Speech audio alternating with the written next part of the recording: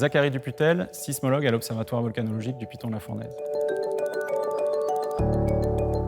Donc, sous la surface de la Terre, les roches peuvent subir une brusque rupture qui va libérer de l'énergie, qui va se dissiper principalement sous forme d'ondes sismiques. Ces ondes sismiques vont se propager dans la Terre, générant des secousses à la surface de la Terre et éventuellement des dégâts lors des séismes les plus importants.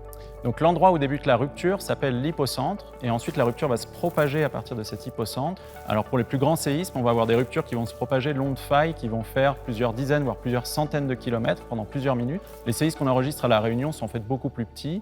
Les plus petits qu'on va enregistrer vont se propager sur quelques mètres et ne vont pas pouvoir être ressentis par la population.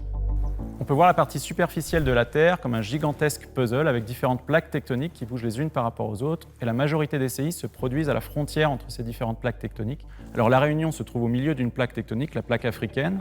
Mais il faut quand même rester vigilant puisqu'on peut avoir des séismes importants en contexte volcanique.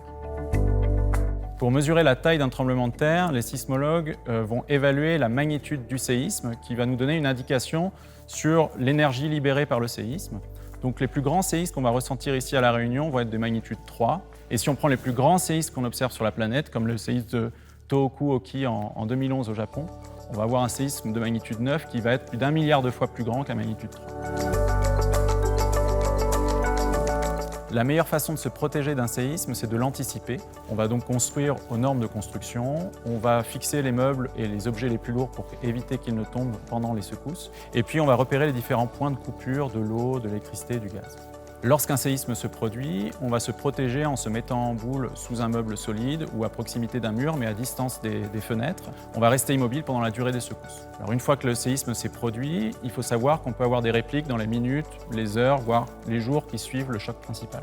On peut aussi avoir, lors d'un très grand séisme, un risque de tsunami, et donc il vaut mieux s'éloigner du littoral. Après un séisme, n'oubliez pas de suivre les consignes des autorités pour assurer votre sécurité et celle de vos proches.